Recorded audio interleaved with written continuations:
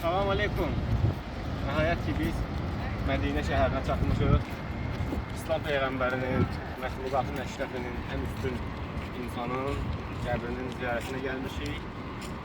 Çox qəşəngdir buralar, Mədinə şəhəri, həddindən artıq, işıqlı, gözəl. Hətta yəni, bu ətrafdakı binaların forması, üstündəki yazıların yazılması Jeneva şəhərini xatırlatdı bizə.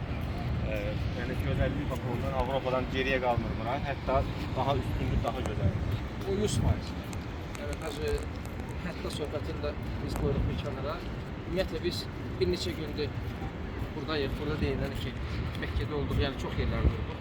Həqiqətən insana bir dəfə gəlib görsün, hər dəfə gəlmək istəyəcək.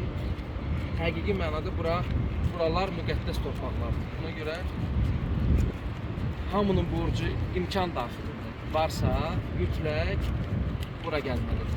Bir dəfə Türkiyəyə getmə, bir dəfə başqa ölkəyə getmə, bir dəfə bura gəl.